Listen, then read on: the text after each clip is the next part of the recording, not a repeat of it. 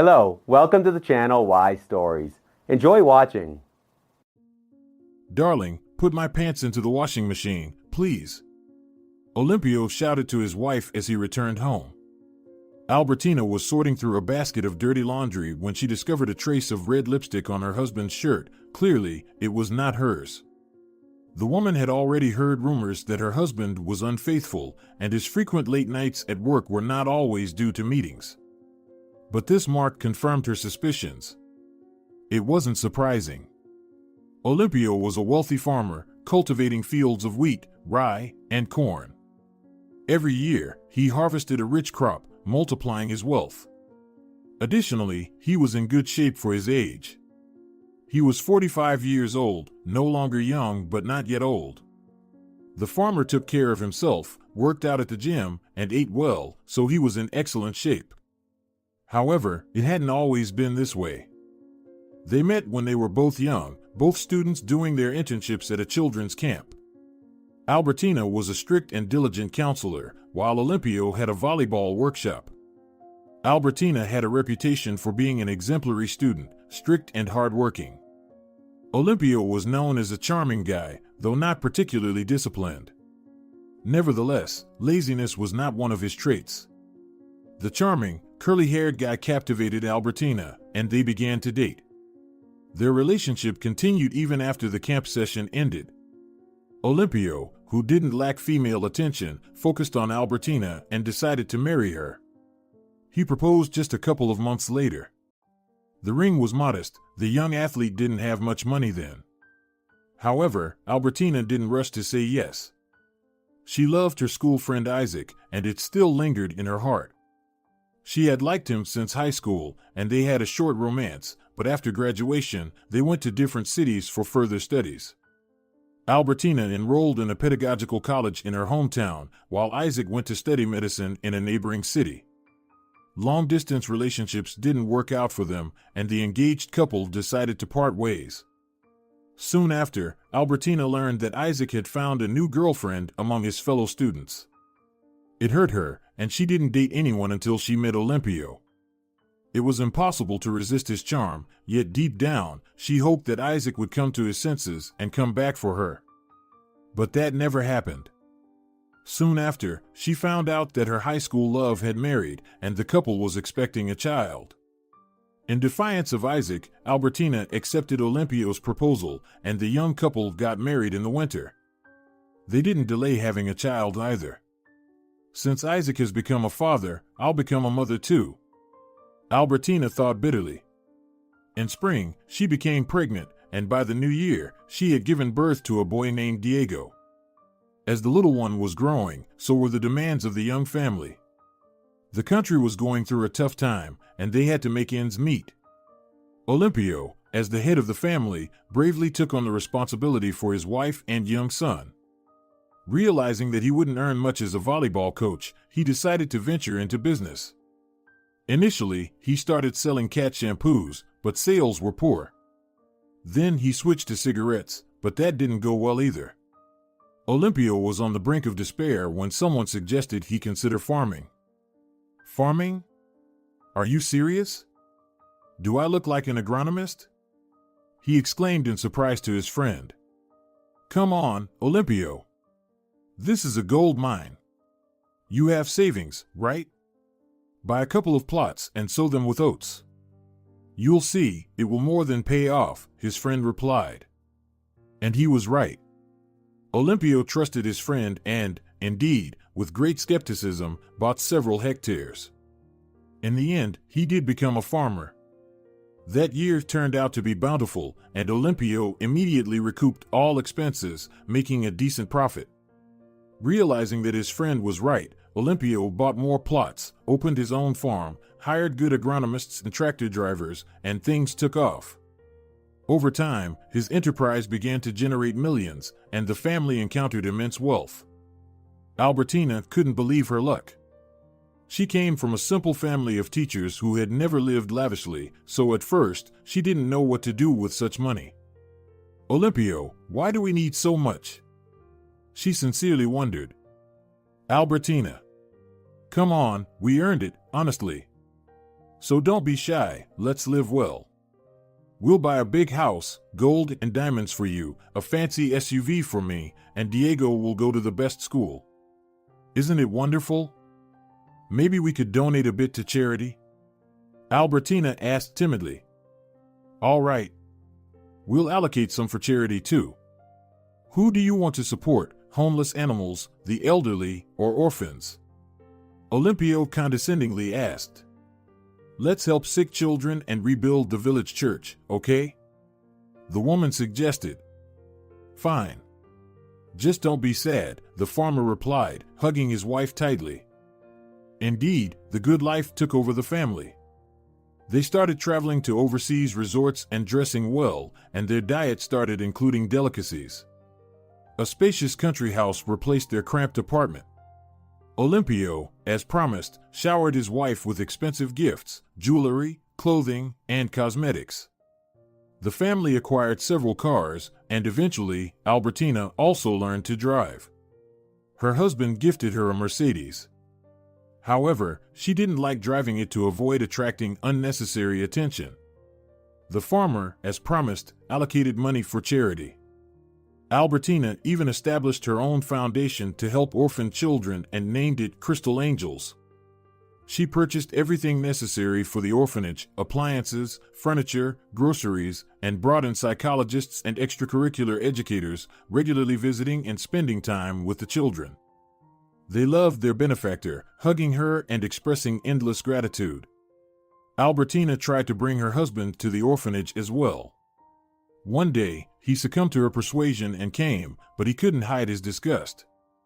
Don't invite me there again, he told his wife at home. But these are just ordinary children. Just like our son or his classmates. She argued. Yes, of course, Olympio replied, but it was evident he said it just to finally get his wife off his back. Albertina sighed bitterly but didn't pursue the conversation further.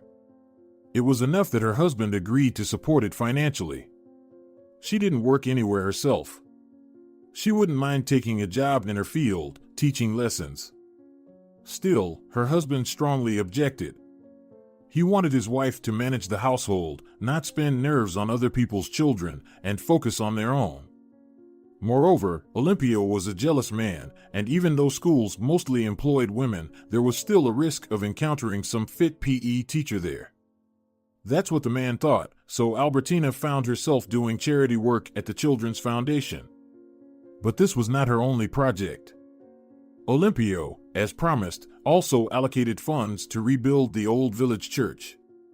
Albertina remembered going there with her grandmother in her childhood. The place was important to her. They engaged the best architects, craftsmen, and icon painters for the project. True, the restoration process was slow and the work meticulous, but Albertina was in no hurry. She understood that she was involved in an important undertaking that didn't tolerate haste. Life went on in its usual course. Over time, Albertina got used to being the wife of a wealthy man and to the envy directed at her. Even though she conducted herself with the utmost modesty, she tried to wear expensive jewelry as rarely as possible. She put on diamond earrings and sapphire rings only occasionally to indulge her husband's vanity. Olympio, in turn, genuinely enjoyed his millionaire status and shamelessly flaunted it. Their son, Diego, literally grew up with a silver spoon in his mouth. Despite his mother's objections, his father pampered him. You'll spoil the boy, Olympio. Don't you understand?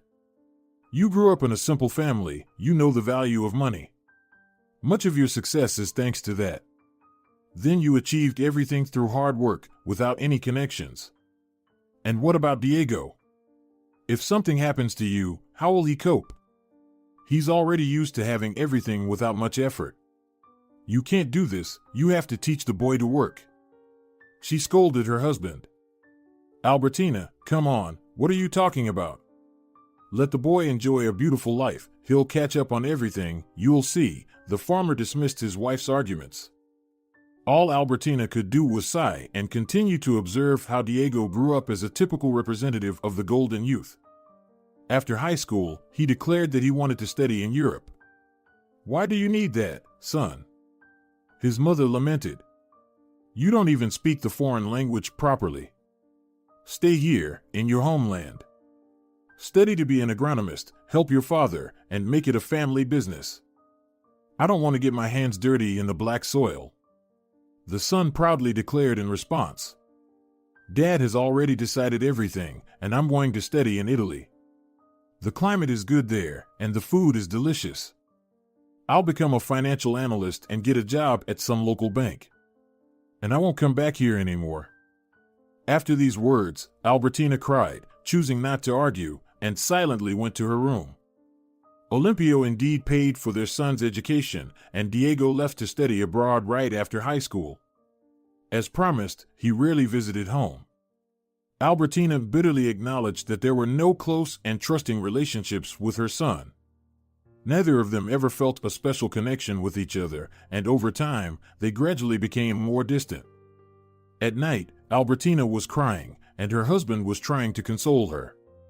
Come on, Albertina. Enough, he said to his wife, stroking her head. When Diego was a child, he was so kind and affectionate. He always brought home stray kittens, feeling sorry for everyone. Remember? She said through tears. Of course, I remember those flea-infested scoundrels. I spent all the shampoos I was selling at that time. Olimpio said with a smile. And where did it all go in the end? You spoiled him. I told you that you shouldn't pamper him like that. Albertina persisted. Enough. Olimpio began to get angry. He grew up as a normal modern guy, in line with his times. Would it be better if we raised him as a slobbery and weakling? He knows how to stand up for himself. Albertina continued to sob silently. Years passed, and the woman felt an increasingly overwhelming loneliness. The golden cage brought less and less pleasure, even working in the foundation and helping children no longer brought her the same joy. However, the woman diligently purchased everything necessary for the orphanage and organized charitable balls. They continued to build church, and Albertina sometimes visited it to pray. Olimpio increasingly disappeared at work, becoming more arrogant and haughty. The woman knew that her husband had resorted to dishonest business practices, which was a departure from his previous integrity. It frightened and upset Albertina, but she knew she couldn't do anything about it because her husband wouldn't listen to her. Don't stick your nose into my business, Olimpio rebuked his wife once when she tried to express her opinion about dealing with competitors. She fell silent and didn't try to bring up the topic again. More often, Olimpio's friends, similar wealthy individuals who enjoyed indulging themselves, gathered at their house. Sometimes they went on hunting trips together, and this brought Albertina particular pain because she couldn't stand when innocent animals were killed. When her husband brought the dead rabbit or fox to the yard, she tried to hide as quickly as possible to avoid seeing the slain animals. Material possessions no longer brought joy to the housewife. Neither visits to the cosmetologist, beauty salon treatments, nor delicious food brought her happiness. Meanwhile, she remembered that many women envied her and dreamed of having a husband with whom they wouldn't know sorrow. However, over the years of marriage, Olimpio had not given Albertina the slightest reason for jealousy. The woman knew that he truly loved her, recalling how he cared for her in their youth, the way he looked at her, and the tender words he whispered in her ear. But even such touching feelings had an expiration date. Soon after Diego's departure to Italy, Albertina began to suspect her husband of infidelity. He started to stay at work more often. While it was true that he used to disappear on the farm for days and nights, it only happened in the summer, during the harvest season. In the fall and winter, the farmer had a dead season, and he would stay at home or travel. However, recently, Olimpio began to claim that he had a lot of work, regardless of the season. Urgent matters arose in November, January, and March. At first, Albertina blindly believed her husband, but doubts crept into her heart. Additionally, she started to notice sideways glances at herself. Not just sideways, but full of sympathy and regret. In her surroundings, there were not only people who envied her, but also those who sincerely admired her generosity and compassion. The woman realized that they didn't tell her the truth to avoid hurting her. She decided to have an open conversation, choosing her assistant from the foundation, Blanca, and, incidentally, the wife of the chief agronomist. During the sorting of items for the orphanage residents, Albertina waited for a moment when she was alone with her friend to directly ask the question that troubled her.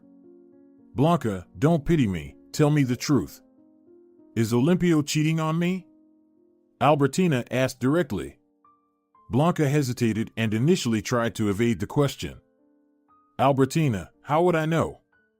They are all out there in the fields, and I'm here in the city all the time. Blanca, please.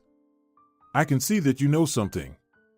Tell me everything as it is, please, Albertina firmly requested. Okay. Valerio mentioned once that Olimpio had a few flings on the side, her friend replied, embarrassed. She hurriedly added, but there's nothing serious there, don't worry. Men are all the same, you know. They are all cheaters. Not everyone. Valerio is not like that. You know that yourself, Albertina stated. Well, maybe not everyone, but a lot of them, Blanca agreed. And those girls there were somewhat ambiguous. It's not like he has a serious affair on the side. Just occasional dates with no commitments, no permanent mistress. I thought so. Thank you, Blanca. It's much worse to live in ignorance, Albertina said. I will definitely talk to Valerio and ask him to hint to Olimpio to stop this affair, the woman promised, hopefully. Okay, thank you. Albertina concluded the conversation, packed the last few things, and left the orphanage.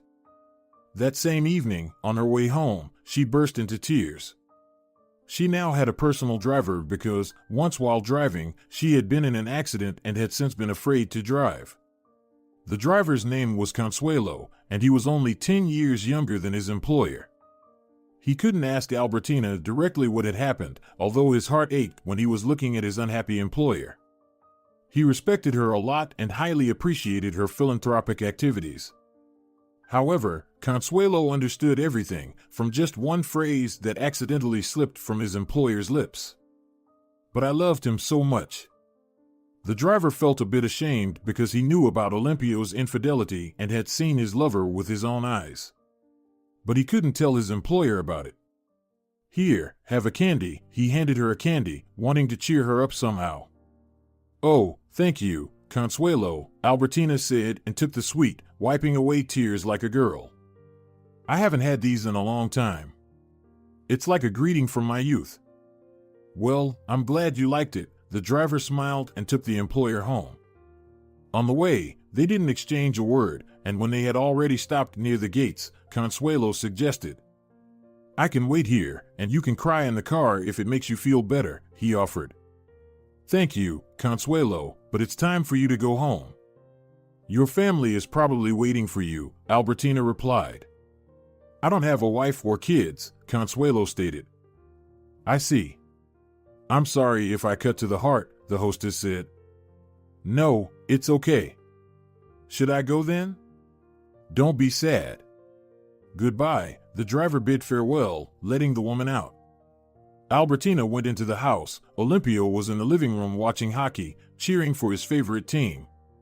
The conversation with Consuelo led her to an unexpected thought. What if she had a second child? Although she was no longer in her youth, women her age still give birth.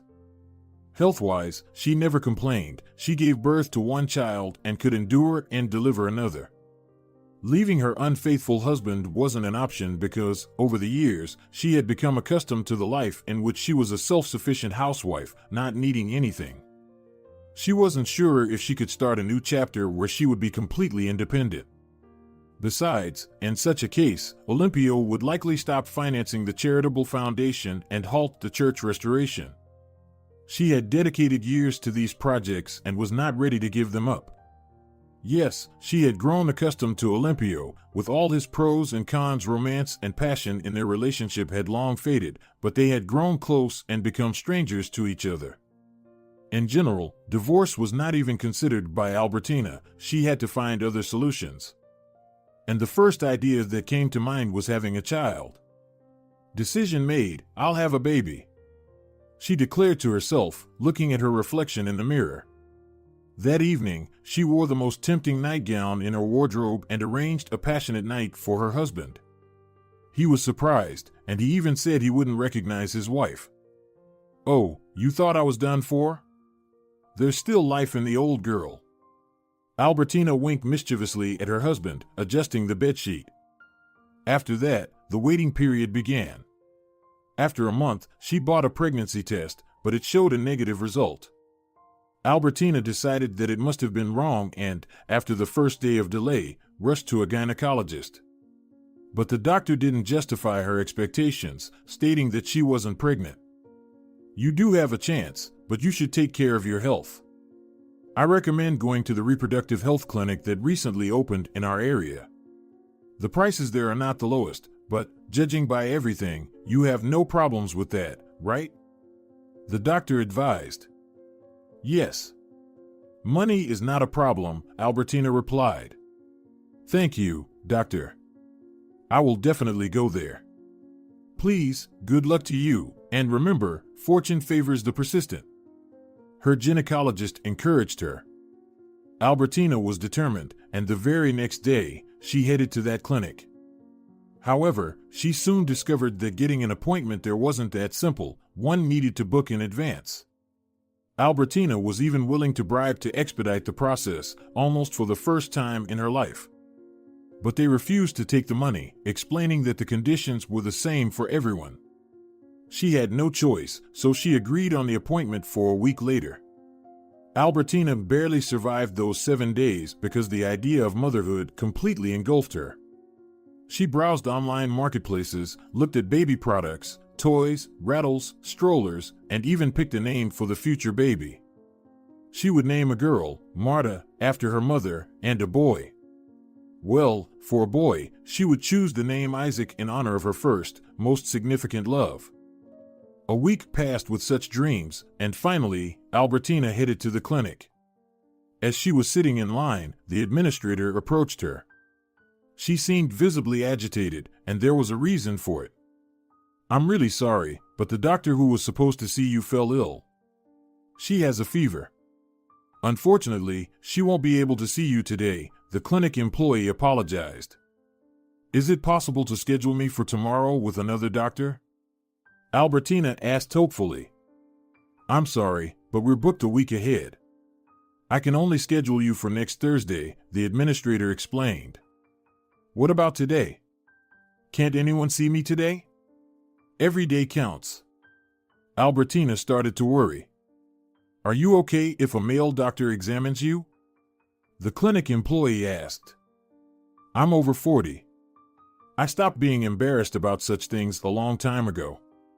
So, call your doctor and show me which office I should go to," the patient replied. "Wait a moment, please. I'll check and come back to you," the administrator requested and went somewhere. She returned quite quickly with good news for Albertina. "I've sorted everything out. You are incredibly lucky. The head of our clinic will see you. He's a specialist with many years of experience." The administrator smiled. "Follow me." "Great." The patient rejoiced and followed the girl. She led her to an office, opened the door, and let the patient in. "Goodbye, and good luck." The girl wished Albertina and left. The woman entered the room and sat down. Opposite her, a man, apparently her peer, with his back turned, was leaning over, filling out some documents. "One moment, please. I'll be free soon and will examine you," he said with a surprisingly familiar voice.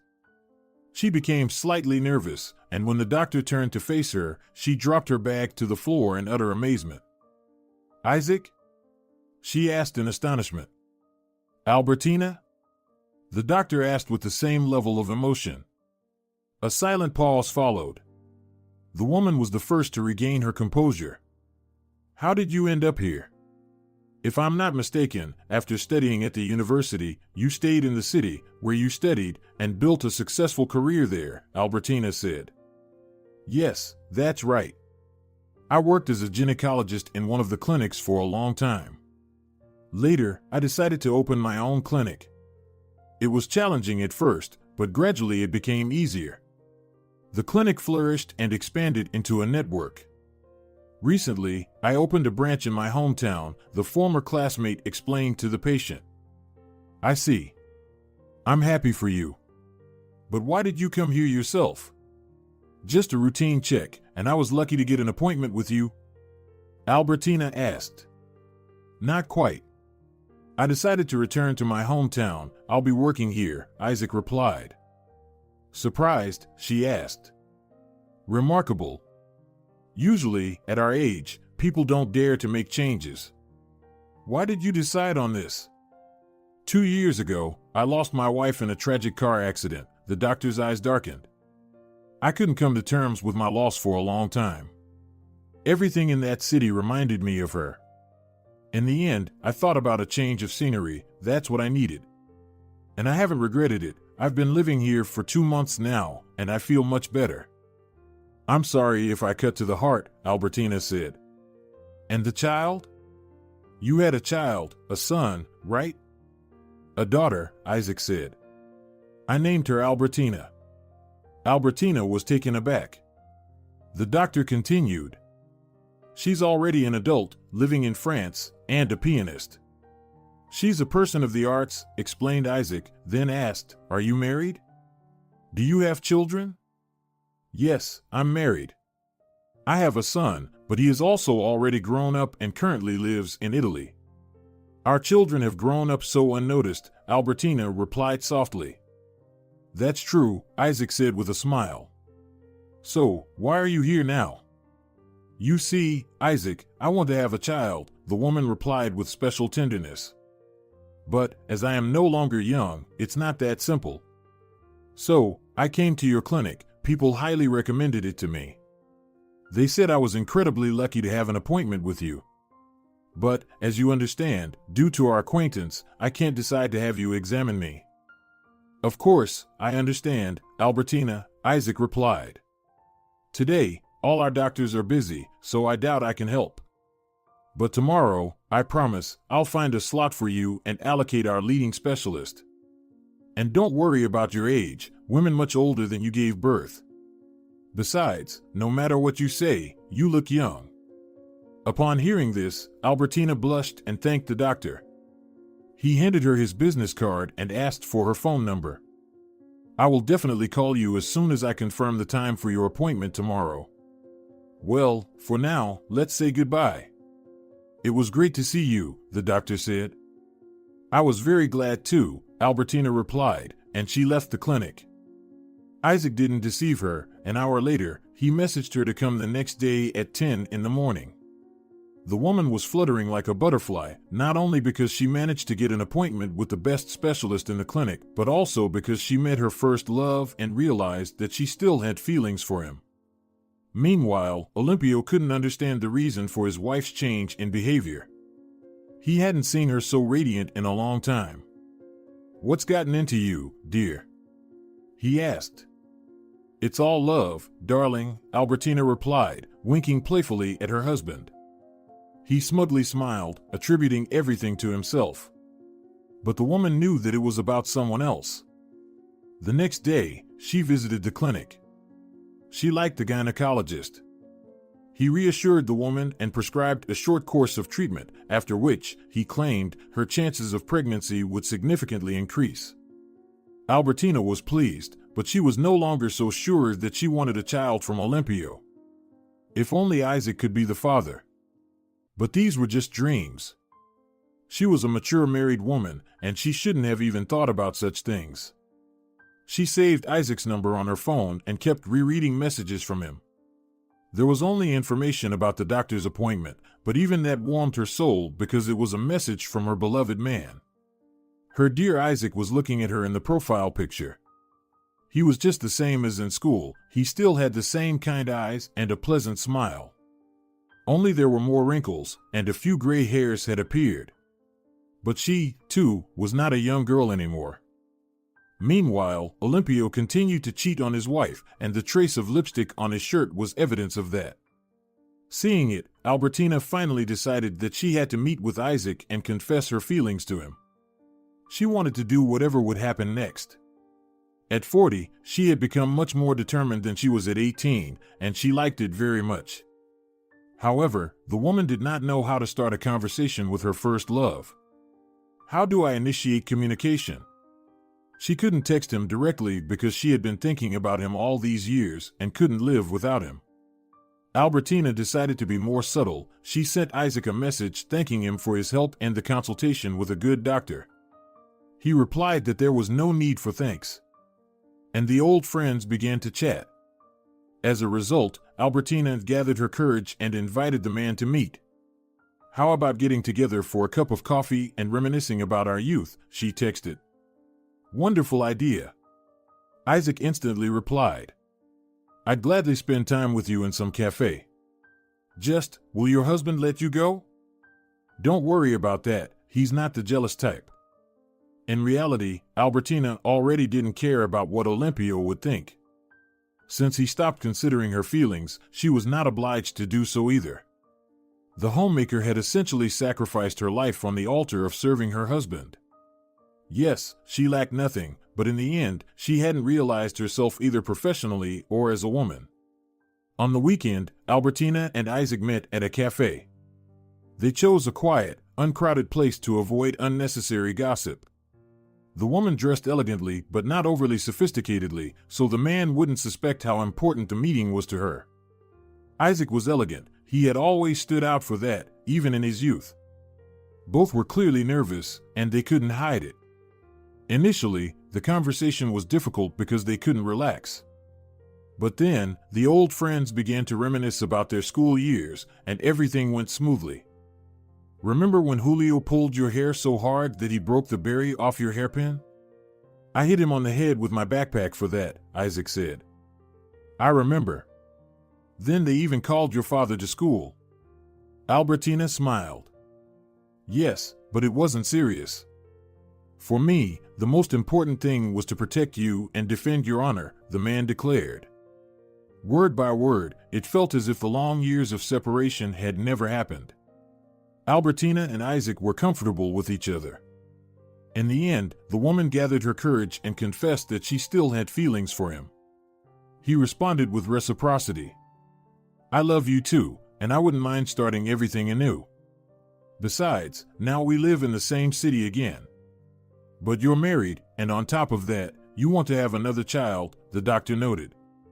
Yes, you're right, the woman sadly replied. I've completely lost my common sense, and I don't know what to do about it. Isaac hurried to change the subject. He didn't want to destroy someone else's family. Albertina accepted the rules of the game and continued the conversation. However, when they left the cafe, the man adjusted the woman's scarf. It was just an act of care. But it ended with a passionate kiss. Isaac, I understand that this is wrong, but I can't help myself. I need you, Albertina said, almost crying and pressing against her beloved. I also really want to be with you, the doctor replied, holding the woman tighter against his chest. And what are we going to do? Albertina asked. Leave your husband and be mine, Isaac decisively declared. What? I can't do that, the woman was frightened. Then let's test our feelings. If it turns out that this is not just a fleeting impulse that will quickly fade away, we will definitely be together. And you will be mine. If it's just a little intrigue destined to quickly end, this affair will remain just a minor fling that will eventually fade from memory, the man suggested. Yes, you're right, the woman agreed, and she leaned against her lover again. So they became lovers. At first, Albertina found this status humiliating. She was embarrassed by it and constantly thought about ending the relationship with Isaac. But day by day, she became more convinced that he was the one, and the shame gradually dissipated. He turned out to be tender, attentive, and affectionate, just as he was in their youth. That was exactly what the woman lacked in her marriage with her husband. Most often, the lovers met in the small but very cozy apartment of the doctor. Why did you choose such a small place for yourself? With your finances, you could rent or even buy a penthouse. Albertina said in surprise. Why would I need a big house alone? It's meant for a large family, and I have no one left. I have my daughter, but she's far away and visits rarely. Now I have you. But you like it here, don't you? Isaac clarified. True, my dear. Now I understand the meaning of the saying with a loved one, even a hut is a heaven, Albertina replied, recalling their large mansion with her husband, where she had felt lonely in recent years. Meanwhile, the woman continued the treatment prescribed by the gynecologist and regularly went for checkups. After 2 months of taking the medications, the doctor finally told the patient that she could now plan for pregnancy. Most likely, the attempts to get pregnant would be successful, and her body was fully prepared to carry a baby. She shared this news not with Olympio but with Isaac. I'm very happy, my dear. I would really like us to have a baby, he said to his beloved with a bitter smile. And I am too, the woman joyfully added. It seems to me that 2 months is enough time to test our feelings. Remember, we agreed that if love doesn't fade away, you will leave your husband for me? Well, it seems to me that the time has come, Isaac said, squeezing Albertina's hand. You're right, though I'm very scared. I've spent my whole life obeying the will of one person.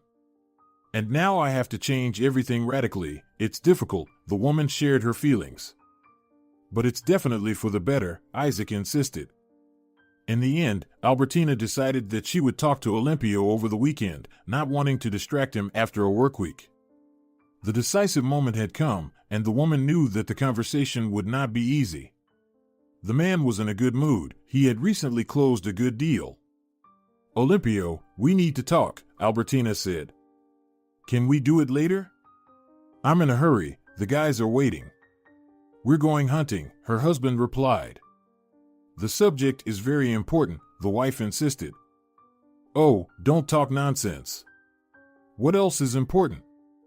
Do we need to buy new tables for your homeless shelter or order a new icon for the church? Well, okay, I'll allocate money, but don't bother me now. Olympio dismissed his wife. Albertina was infuriated, not in jest. She had always yielded to her husband and did everything according to his instructions, but now it was her time. I'm leaving you, Olympio, the wife declared resolutely.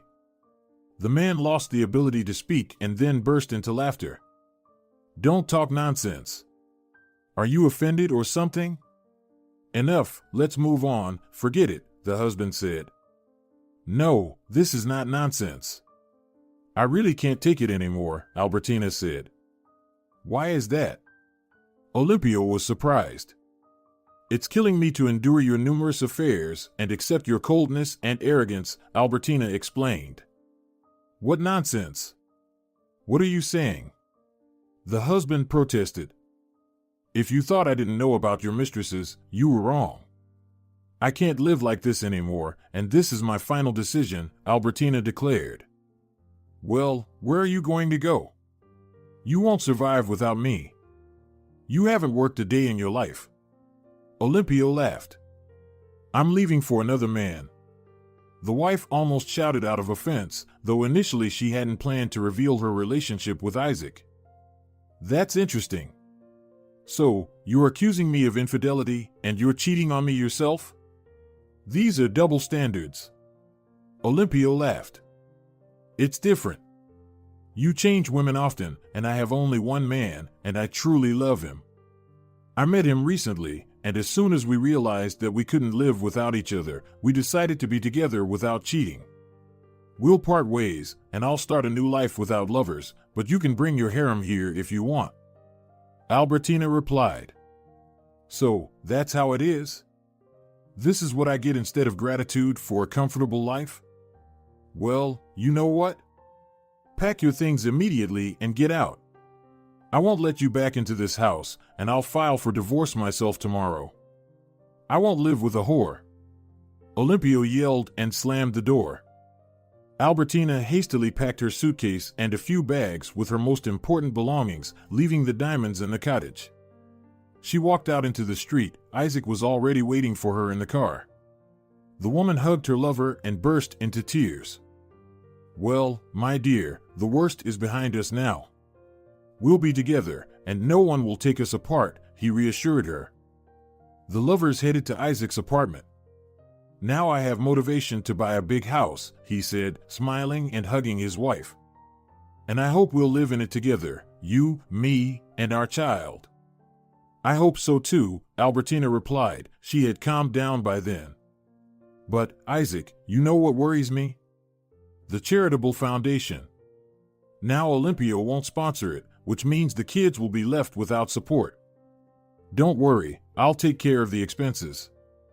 My capital is not as big as Olympio's, but nevertheless, I'm not a poor man. The foundation will continue to exist. I know how important it is for you, Isaac assured her. Thank you. And what about the church?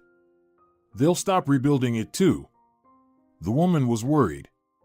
Don't worry about that, we'll restore it, and God'll help us. It may not be as fast as we would like, but nevertheless, Isaac replied. Albertina kissed him, and they went to sleep.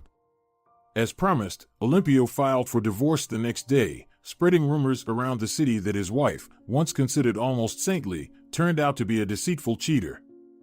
Many acquaintances turned away from the woman, but she wasn't afraid. Next to Isaac, she felt such strength that it didn't matter what others said about her. She felt completely protected. As promised, Isaac took on the expenses for the foundation, slightly reducing the amount of payment. Simultaneously, he began building a house, choosing a place near the same church. They expected to end the construction in about a year.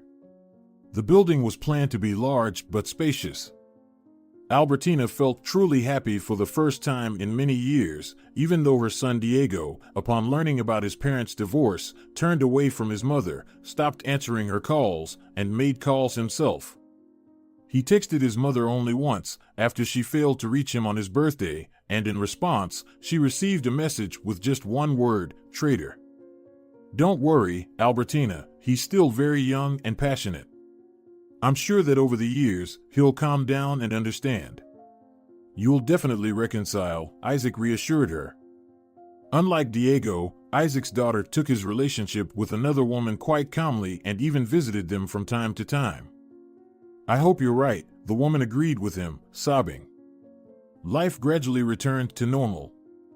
The spouses divorced, and Isaac and Albertina filed their documents with the civil registry. They were planning to get married soon to avoid delaying the birth of their child. Olympio knew about this and grew angrier. He wanted to hurt his ex-wife, but he didn't know how. You should get married too. What's the problem? His friend wondered during a hunting trip. You always had plenty of women. Choose the youngest and most shapely one and propose to her. That would be too easy, Olympio replied thoughtfully. Well, then think for yourself, his friend shrugged. And Olympio came up with an idea. Drunk, he decided that he should take an extremely marginal person as a lover to show everyone, especially his ex-wife, that even she was better than this traitorous adulteress. He didn't have to look far for a suitable candidate. A homeless girl named Augusta caught his eye. In the summer, she slept on a bench in the park, but then kind people noticed her and helped her settle into a shelter. Augusta was only 19, growing up without a father, just with her mother. No one knew where her father was. Augusta herself didn't remember him. The girl's mother was a kind but weak woman who worked as a seamstress her whole life and taught her daughter the same trade. Augusta and her mother didn't have their own apartment. They were allocated a room in a worker's dormitory, thanks to caring people, her friends working at the factory. But it wasn't their room. The mother and daughter lived there unofficially. Their lives were modest, yet they rarely quarreled, maintained cleanliness, and helped each other. Augusta strongly believed that she would become wealthy when she grew up and would buy a spacious apartment for herself and her mother, so they wouldn't have to squeeze into a small room. However, life had other plans. A severe form of pneumonia claimed Augusta's mother's life, and she literally died before her eyes. At age 18, the girl became an orphan. Sympathetic friends from the factory arranged for Augusta to continue living in the same room. Moreover, they helped Augusta get a job at the factory so that she could earn some money. So, a challenging, but not the unhappiest, year of the orphan's life passed. However, when Augusta turned 19, the factory started layoffs. She was affected, together with her mother's friends. The friends decided to move to another city where they were offered jobs, but they couldn't take Augusta with them. They had to figure out their own settlement. Shortly after their departure, Augusta left the dormitory, and there was no one to take care of her. Thus, Augusta found herself on the streets, without a home or job, entirely alone. She inherited her mother's shy nature and didn't know how to fight for herself. So, she resigned herself to her fate and started wandering. Fortunately, it was summer. The girl roamed through parks and squares, washed in public toilets as best she could, and survived on small savings and the material assistance provided by her former colleagues from the factory. She didn't want to be a vagabond, it was beneath human dignity, but she saw no solution to her problem. The situation seemed hopeless until she met Albertina. The woman noticed the exhausted girl in the park and immediately understood that she needed help. She approached her, learned about everything, and offered to settle her in a women's shelter. You'll live there for a while, learn a simple profession, and when you're able to earn a living on your own, you can leave. Okay? Albertina asked. Okay, Augusta replied and fell to her benefactor's feet. Well, you'll be fine. Get up. Everything will work out, Albertina said with tears in her eyes. In the shelter, Augusta felt warm and ate well, and her clothes weren't dirty. It was only there that the woman noticed how beautiful the girl was. She was tall and graceful, like a ballerina, with long golden hair and huge blue eyes framed by thick black lashes. Even in the simplest clothes provided by volunteers, she could outshine any model. Olimpio noticed this too when, at his wife's insistence, he brought missing medications and personal hygiene products to the shelter. What's this ballerina doing here? He asked his wife. Fate doesn't choose whom to burden, the beautiful or not. This girl has had very bad luck. But now she's under supervision, so everything will be fine, Albertina explained. At that time, she didn't notice how lustfully her husband looked at Augusta. However, Olimpio indeed started thinking of having a romantic affair with a ward of the foundation. Yet he quickly dismissed these thoughts. After all, they were beneath his dignity. However, after his divorce from his wife, he remembered the blue-eyed ballerina and decided she was the perfect candidate for romantic involvement. This way, he could exact revenge on his ex-wife. Moreover, everyone would know about this affair so that Albertina could feel the full depth of her downfall. Olimpio decided to find the girl and went to the nearby shelter. He hoped that Augusta was still there, and he was right. The compassionate volunteer, Eusebia, met him at the entrance. Olimpio, very pleased to see you. She greeted him.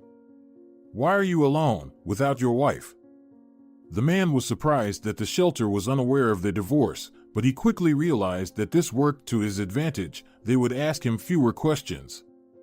She's away, he lied succinctly, avoiding elaborating on the topic. I see. Why did you come here? Did you bring something at her request? The volunteer asked. At this point, Olimpio realized he was in a bind. He had come empty-handed and without a cover story. He had to improvise. No, I came to ask about your needs. To buy everything and bring it later, he claimed.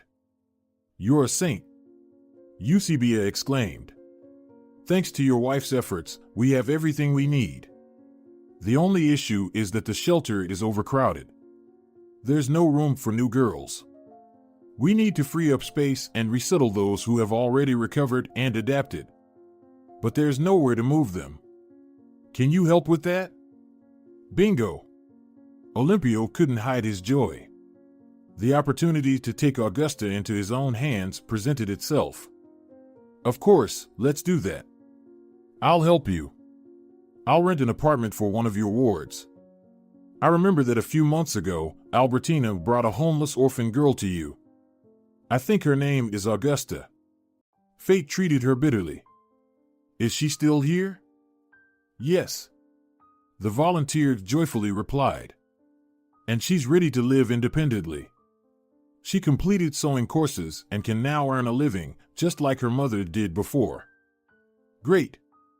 I'll take her, then, Olimpio declared. Eusebia escorted him to the room where Augusta lived and announced that the girl needed to go with Olympio. "Do you remember this man, my dear?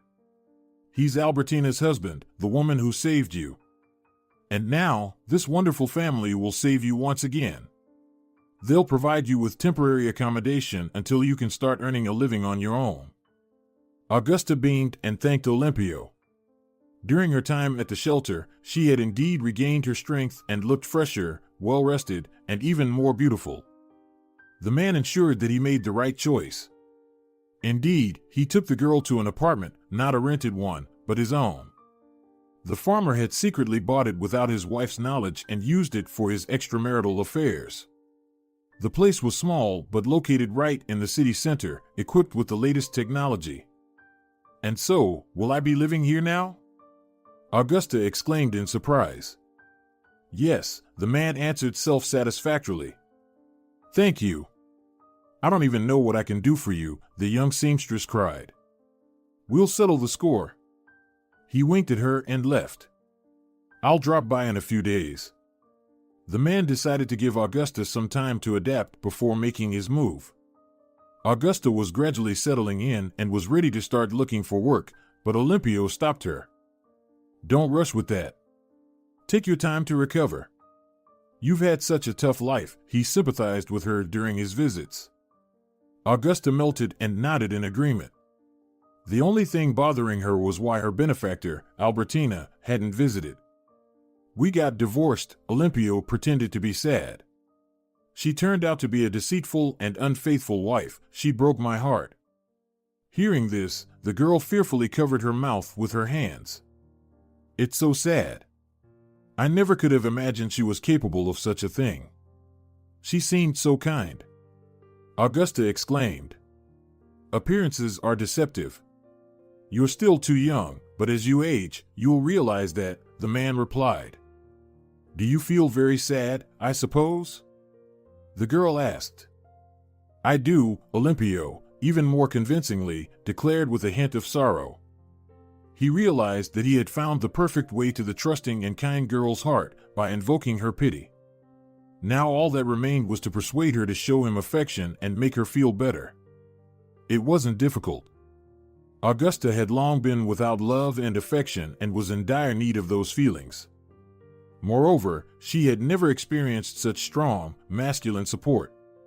Therefore, Olympio easily won her heart and made her his lover. The young seamstress was happier than ever before in her life. The man was tender, caring, gave her gifts, and allowed her not to work. However, the young seamstress didn't suspect that her benefactor was doing all this primarily for himself, to satisfy his ego and to get back at his ex-wife. Olympio began to take the girl out to restaurants and social gatherings. He had previously given his lover a makeover, took her to a beauty salon, and bought her beautiful clothes and shoes. Everyone who saw the girl admired her beauty. And when they found out that Augusta was an orphan whom the man graciously took under his wing, they praised his kindness and generosity. They pitied him in light of his wife's deceit, who seemed like an angel but turned out to be a terrible person. Olympio was satisfied, but he still had to wait for Albertina's reaction. However, upon learning about her ex-husband's new relationship, she just smiled sadly. "I feel sorry for the girl," she said to Isaac. "She is truly very nice, but unlucky in life." "Why do you say that? He didn't force her to sleep with him, did he?" her lover asked in surprise. "No, of course, but he deceived her, and that's even worse. You'll see, he'll play around and then leave her. And the girl's heart, already broken, might shatter into pieces," she explained. "Okay, my dear, that's no longer our concern. We have enough of our own worries. We need to prepare for a trip to the civil registry and finally decide which restaurant we'll celebrate our wedding in," Isaac said, kissing his future wife. She smiled in response, diverting her thoughts from her ex-husband. Meanwhile, he continued his affair with Augusta. The girl turned out to be quite similar to Albertina in many ways, kind and submissive. On one hand, he liked it, the type was familiar and attractive. On the other hand, doubts tormented him internally about whether his new passion would treat him the same way as his wife did. Life had shown that hidden dangers lurked in still waters. He was restless in his doubts and couldn't find peace. And when he learned from mutual acquaintances that Albertina was completely indifferent to his affair with the homeless girl, he lost his emotional balance. His plan failed. He couldn't upset his ex-wife. So, was all this in vain? He had invested so much effort into the girl, transforming her from a caterpillar into a butterfly. What did he care about people around him appreciating this move when Albertina remained indifferent? The farmer became seriously angered, and in this state, caring and affection for Augusta seemed unnecessary and brought no joy. Without much thought, Olympio decided to end the relationship with this naive but completely uninteresting girl. In this case, he thought it was better to be with hardened shrews than with someone who looked so much like the main woman in his life, whom he had become weary of. The man decided not to be diplomatic and to announce everything to Augusta directly. He tried to choose careful expressions to avoid hurting the girl too much, but whatever you say, everything will resonate with pain. After listening to her chosen one, the girl did indeed burst into bitter tears. "Well, it'll be fine, Augusta." Olympio awkwardly comforted her, silently scolding himself for getting involved in this story. "You're still so young, you'll definitely find your love. You've been taught the sewing craft, and I'll help you find a place in some atelier. Everything will be fine." "No, it won't. It will never be. I am not meant for a happy life. My fate is suffering," the girl declared. "But why do you say that?" the man asked, growing irritated. He couldn't stand women's tears. "Because I'm pregnant," Augusta loudly exclaimed, not resembling herself in that moment. Olympio was shocked. "It can't be, we were careful." The farmer couldn't believe his ears. "Well, not careful enough," the girl sobbed. "Yeah, messed up," the man said under his breath. He sat on the couch, vigorously rubbing his temples for a couple of minutes, then joyfully shouted, "Why dwell on it? You need to have an abortion. You're young and healthy. You still have your whole life ahead. Later, you can have a child with your legal husband. Why become a single mother? Don't worry about money, I'll cover everything," Olympio was trying to convince Augusta. Augusta stopped crying and soon agreed to this option. The man breathed a sigh of relief. "You're a smart girl. I'll arrange everything with the hospital and come pick you up tomorrow," the farmer said, leaving the apartment, cursing everything and everyone. And, most importantly, his ex-wife. He believed that Albertina had become the source of all his troubles. The next day, he did take the ballerina to the doctor. At first, in the car, he tried to lighten the mood and awkwardly joke, but Augusta didn't react to him. She sat silently, looking out the window with her arms crossed. Olympio fell silent, and in complete silence, they reached the hospital. The girl entered the room, where she had to undergo an unpleasant procedure, and the man stayed to wait in the corridor. However, after a few minutes, Augusta rushed out of there, crying, I can't do this. I'd rather be a single mother than a damn creature." She shouted so loudly that patients and medical staff turned their heads. "What are you so upset about? Let's talk quieter." Olympio tried to calm her, leading her out of the hospital. They got into the car, and the man, changing his tone from falsely friendly to firm, said, "So be it. I won't raise this child. We never discussed it. Yes, and maybe you brought it on yourself, I wasn't holding the candle. But you're lucky, I'm a kind person. Here's 300,000, for now, it'll be enough. You'll figure it out later. You're not a little girl anymore, it's time to learn to take responsibility for your actions," Olympio categorically stated, handing Augusta a stack of bills. "I'll transfer the remaining amount to your card. Goodbye for now, and all the best to you." Augusta had no choice but to get out of the car and be alone again with her fate. Perhaps she wouldn't mind returning to the streets because she didn't know how to go on. But now, a new life was growing inside her body, and she couldn't show weakness. And, anyway, now she had at least some money. Olympio did indeed transfer the remaining amount to her almost immediately, even a bit more. Augusta went to an online classifieds website and rented the first affordable apartment she found, as it was very cute.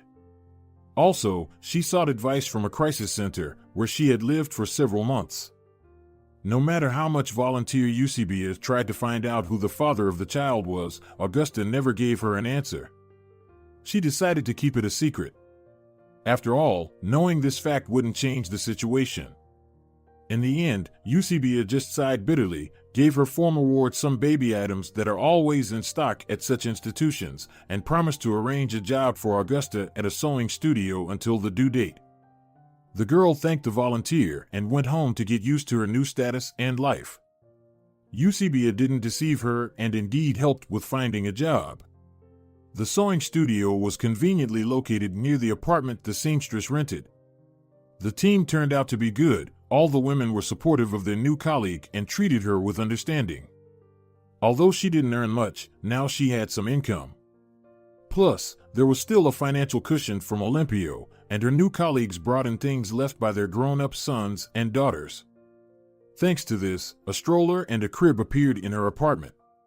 Life no longer seemed so bleak. 7 months passed, the girl went on maternity leave and was already preparing to give birth. Nothing foreshadowed trouble. She had an easy pregnancy without any health problems. But then, at a late stage, she suddenly felt unwell. Augusta was admitted to the local perinatal center, and the doctors were very concerned about her condition and couldn't fully understand the reasons for her sudden malaise. "We'll have to involve other colleagues, we can't handle it ourselves," said the doctor who was treating her. She was extremely worried. She was expecting a boy and had already chosen the name Pedro for him. She didn't know why, but she always liked that name. Now, her biggest fear was losing Pedro. "Don't worry. I've invited a colleague from a private clinic. He's a big specialist and will definitely help," the doctor reassured her. "But I don't have extra money," the woman responded bewilderedly. "Don't even think about that. We can't handle your problem on our own, so we'll cover all the expenses," the doctor explained. The long-awaited expert came the next day. It was Isaac. It turned out that he studied with the attending physician, Augusta, on the same course. They maintained a good relationship, so he responded to his friend's request. "So, where is our future mommy lying?" he cheerfully said at the doorway. "Hello," the girl replied shyly, stroking her belly. Isaac froze. The patient turned out to be incredibly similar to his best friend, Pedro, who died of cancer several years ago. He felt a pang in his chest, but he had to gather himself and examine the patient. After the examination and reviewing the results of previously taken tests, Isaac confidently stated, "Everything is clear. You have fetoplacental insufficiency. It can be acute, for example, against the background of placental abruption. This is a very serious complication of pregnancy, but we can handle it. I'll prescribe you good medications, and you'll get better. Well, and a therapeutic and protective regimen, of course," Isaac said in a reassuring tone, and he smiled at Augusta. "Thank you, doctor," the expectant mother thanked the medic. "But why did this happen to me?" "Probably due to stress. I don't see any other reasons." "Have you had reasons to be stressed?" Isaac asked. "Yes, but that's all in the past," the girl replied succinctly. "Well, that's great. I like your attitude," Isaac said, then turned to the colleague present in the room and added, "I'd like to stay alone with the patient for a couple of minutes. We need to discuss something." The colleague nodded understandingly and left the room. "Augusta, is that your name?" he asked, addressing the girl. "You remind me of my friend. Can you tell me your dad's name and where he is now?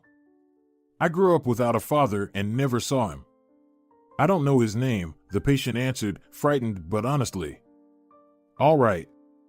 And what's your mom's name, and what was her occupation?" Isaac continued. "Natalia Torres. But she passed away." "And by profession, she was a seamstress," Augusta replied. Isaac grabbed his head. "Well, there you go," he exclaimed. "What do you mean?" the girl asked, pressing against the bed's backrest. Am I about to face another tragedy? No, my dear, quite the opposite. The doctor said joyfully. The main thing is not to worry. It's strictly forbidden for you in your condition. But still, listen to my story. As I said, I had a good friend, Pedro. He was an absolutely amazing person, generous, optimistic, kind, and intelligent, a real movie hero. We met him during our college years. We studied at different universities, but both attended the mountaineering section. We went on hikes together, conquered mountains, and went through a lot. He had the love of his life, and her name was Natalia Torres. They met at the seaside. They had a bright resort romance, and then they parted ways with their hometowns. Pedro was finishing his studies and couldn't join his beloved at that time, and Natalia was also studying to be a seamstress. During the winter holidays, she managed to break away from her beloved. I saw her, so I immediately recognized her features in you. You're very similar. Pedro was so happy next to his chosen one, and she shone next to him. Watching them, I understood that true love exists, no matter what anyone says. But then why didn't they stay together? Augusta wondered. Your grandfather was categorically against it. When he found out that your mom was having a romance with some young guy from another town, he literally locked her up at home. Did you not meet your grandmother? Isaac asked. No, she passed away when my mom was in school, but I did know my grandfather. He was indeed a very strict person, a conservative. But at the same time, he truly loved both my mom and me. He took care of us a lot. He passed away when I entered the second grade. It was a big loss for our family, the girl recounted. I understand. My condolences for your loss, the man replied. But then, it was your grandfather who stood in the way of your parents. I understand he wished the best for his daughter, but I'm not sure it turned out that way. When Natalia came to Pedro, she lied to her father, saying she was going to a friend's place. But he found out everything and went after his daughter, forcefully taking her home. Before leaving, Pedro declared that he would never see Natalia again. It was a devastating blow for my friend. Your mom also cried bitterly when she boarded the train, but her father was impossible to convince, Isaac explained. But how can that be? Why? Augusta was almost crying.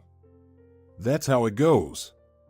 Life is an interesting thing, and each of us has our own idea of happiness. A few months later, Pedro received a letter from Natalia informing him that she was pregnant and expecting a girl, you. However, her father considered his daughter's situation a disgrace to the family, so he decided to take her to a new city. She didn't even know which one. The girl promised to write to her beloved from there. Pedro immediately rushed to the old address of Natalia, believing he would still find her there, but he was too late. Indeed, the father took your mom away, and apparently to the city we're in now. Pedro returned home and waited for a letter from his beloved. He couldn't wait to learn about the birth of his daughter and find out where her little girl was. He was ready to abduct you and your mom, but Natalia never wrote. I don't know why.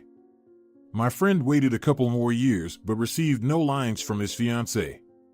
In the end, he married a good girl whom he respected but didn't love. They lived together for 10 years but eventually divorced. Pedro never loved his wife, and they didn't have children. Until the end of his days, he remembered your mom, spoke about her with adoration, and deeply regretted never seeing you. He was trying to search her on social media, but apparently she didn't have any profiles there. Even on his deathbed, it became his main pain. That's how it goes, Isaac concluded. After Isaac's monologue, Augusta could no longer hide her tears. She was crying and continued to hold onto her stomach. Not long before my grandfather's death, my mom went somewhere for a few days. She said she was going to visit a friend, but I knew she had no friends in other cities, the girl remembered. Perhaps she went to Pedro, but she didn't go straight to him. She found out how his life had turned out.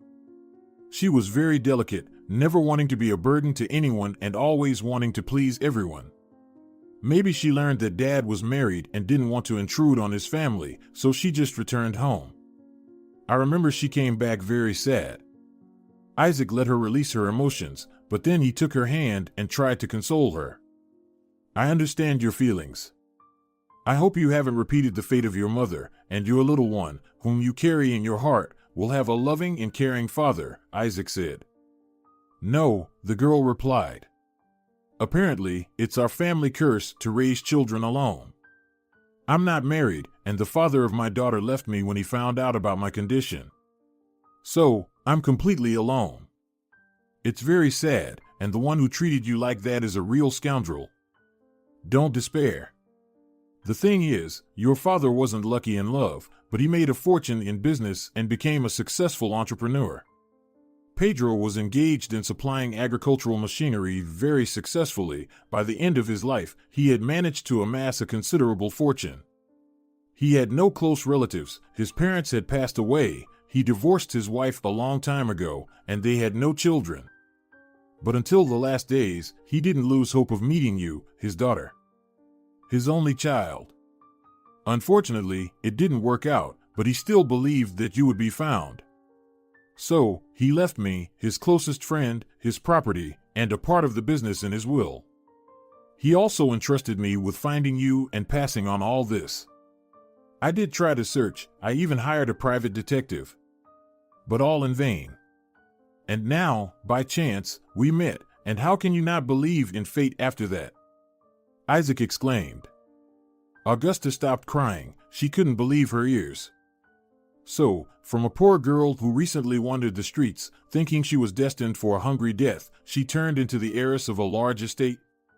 It was like a Cinderella story, no less. Aren't you deceiving me? The expectant mother asked, sobbing. Well, of course not. And now you're not alone, you have me. You can consider me your uncle. Perhaps you lack female advice. Don't worry about that, my wife will take care of it. She's very kind and has been involved in charity all her life. Maybe you even know her, Isaac said, mentioning the name Albertina, who was already his wife at the time. At this point, Augusta started crying even harder. Isaac got worried and asked about the reasons. The girl decided to honestly tell him about her affair with Olimpio and what he told her about his ex-wife. The doctor hurried to assure his friend's daughter that it was a blatant lie. The main deceiver and cheater in this whole story was Olimpio himself. Now I understand it myself, Augusta replied, sobbing. All right, that's enough tears for today. Calm down, take care of yourself, and I'll take care of the paperwork and inheritance in your name.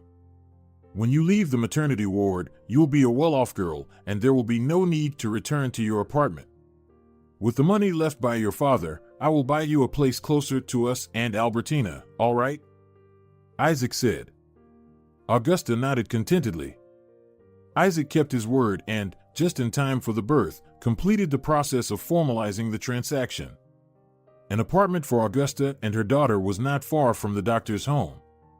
Albertina understood the girl's story, although she was afraid that the benefactor would resent her. Oh, silly girl. Don't worry, Albertina reassured her. I know Olimpio well, and I understand that he simply took advantage of you. I don't hold any grudge against you, it's not your fault. Augusta gave birth to a boy and, as planned, named him Pedro. Now there was one more weighty reason for that. Unfortunately, on the day of discharge, Isaac's car broke down, and Albertina still couldn't bring herself to drive. But the woman knew who to turn to for help. She called Consuelo, the driver who quit and left Olimpio shortly after their divorce. The man agreed to help the family and came to the maternity ward. The hospital staff mistook Isaac and Albertina for Augusta's parents and Consuelo for her husband, so they handed the baby over to him. Here you go, Daddy, take the newborn. Consuelo was taken aback but soon took the baby. At that moment, he beamed and didn't deny or say that the child wasn't his. When they went outside, an embarrassed Augusta took her son. Excuse us for this. Thanks for playing along with the driver, she said. Oh, no problem at all. I don't have kids of my own, so it was actually nice, the man smiled. Soon, they all, as a big friendly group, headed to Augusta's new apartment, already prepared for the young mother and her baby. Everyone was smiling, having fun, and believing that life would now be different and bright. And what about Olympio? His life went on its usual course. He conveniently forgot about the abandoned pregnant girl and never bothered to inquire about her well-being. The farmer returned to his carefree lifestyle, hanging out with friends, playing billiards, and enjoying the company of various girls. Deep down, he understood that he was just numbing the emotional void that took over him after Albertina left, but he couldn't stop. If his personal life was bleak, his business flourished, luck always accompanied him in matters of money. But only for a while. Olympio planned to close a major deal for the supply of agricultural machinery since his old equipment was becoming obsolete. He found the best supplier, offering unique machines at the most favorable prices. Other suppliers had a more meager assortment and asked for exorbitant sums. The man personally went to the neighboring city, where the company's main office was located. He was confident in the success of the enterprise and didn't doubt that he would return home with a signed contract. Imagine his surprise when the company informed him that his proposal was rejected and there would be no equipment deliveries. Why is that? The farmer got angry. I don't know, the deputy director replied. Who does? Olympio persisted. Our main shareholder, it's her decision, the company representative explained. Can I talk to her? The farmer asked.